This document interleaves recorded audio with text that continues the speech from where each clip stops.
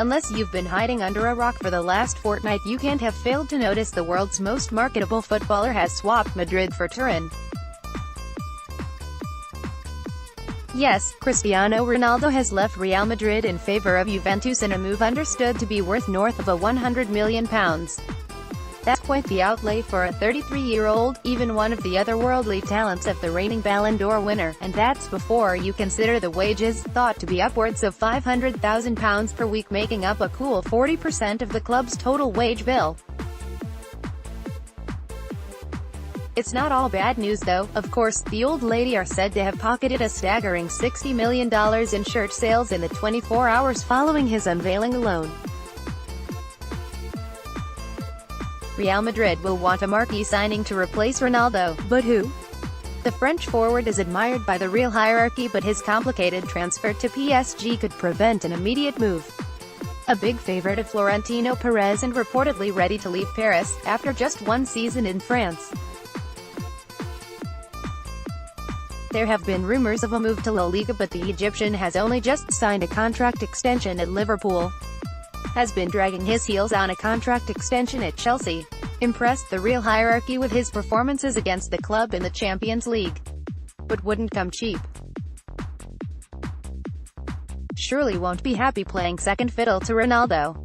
Could he move the other way? The wildcard option. Perhaps Real will decide to reinvest in other areas and instead promote Marco Asensio to a starring role. Real Madrid will want a marquee signing to replace Ronaldo, but who? The French forward is admired by the real hierarchy, but his complicated transfer to PSG could prevent an immediate move. A big favourite of Florentino Perez and reportedly ready to leave Paris, after just one season in France. There have been rumours of a move to La Liga, but the Egyptian has only just signed a contract extension at Liverpool. Has been dragging his heels on a contract extension at Chelsea. Impressed the real hierarchy with his performances against the club in the Champions League. But wouldn't come cheap. Surely won't be happy playing second fiddle to Ronaldo. Could he move the other way? The wildcard option. Perhaps Real will decide to reinvest in other areas and instead promote Marco Asensio to a starring role. So can a club's shirt sales pay off a transfer fee on their own? Short answer, no. Not even close. For the long answer we asked Jacques Cohen, a sports lawyer who has worked on a number of high-profile transactions in football, to clear up one of the biggest misconceptions in the modern game. It is often claimed that a club can recoup a marquee player's transfer fee through shirt sales. However, in reality, this couldn't be further from the truth.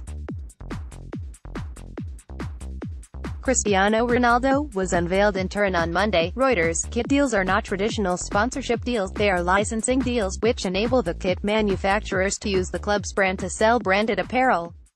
Clubs will traditionally receive an annual fee. For example, Manchester United receives £75 million per year from Adidas, Chelsea receives an initial £60 million per year from Nike, and Arsenal receives £30 million per year from Puma, and then 10 to 15% of the revenue the kit manufacturer generates from shirt sales.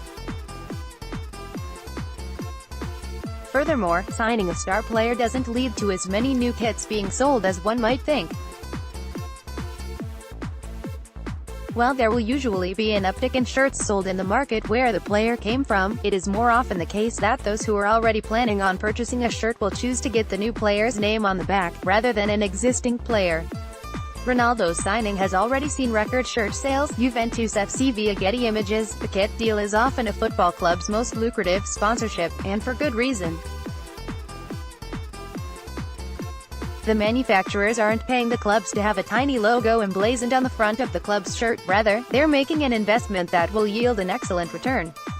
As an example, Adidas CEO Herbert Hainer projected that Adidas would earn £1.5 billion from its 10-year, £750 million deal with Manchester United.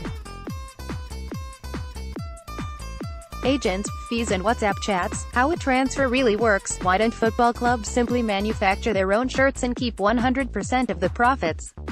The simple answer is because they're football clubs, not kit manufacturers.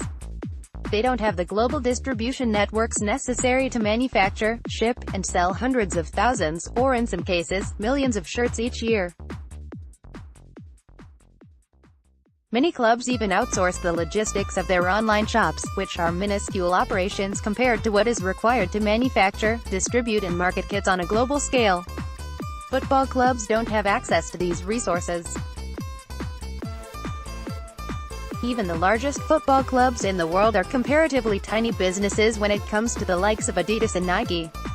To put it in perspective, Nike has earned substantially more in 3 months, nearly £7 billion for March, April, and May 2017, than Chelsea have earned in its 112-year history. Follow The Independent Sport on Instagram here, for all of the best images, videos and stories from around the sporting world.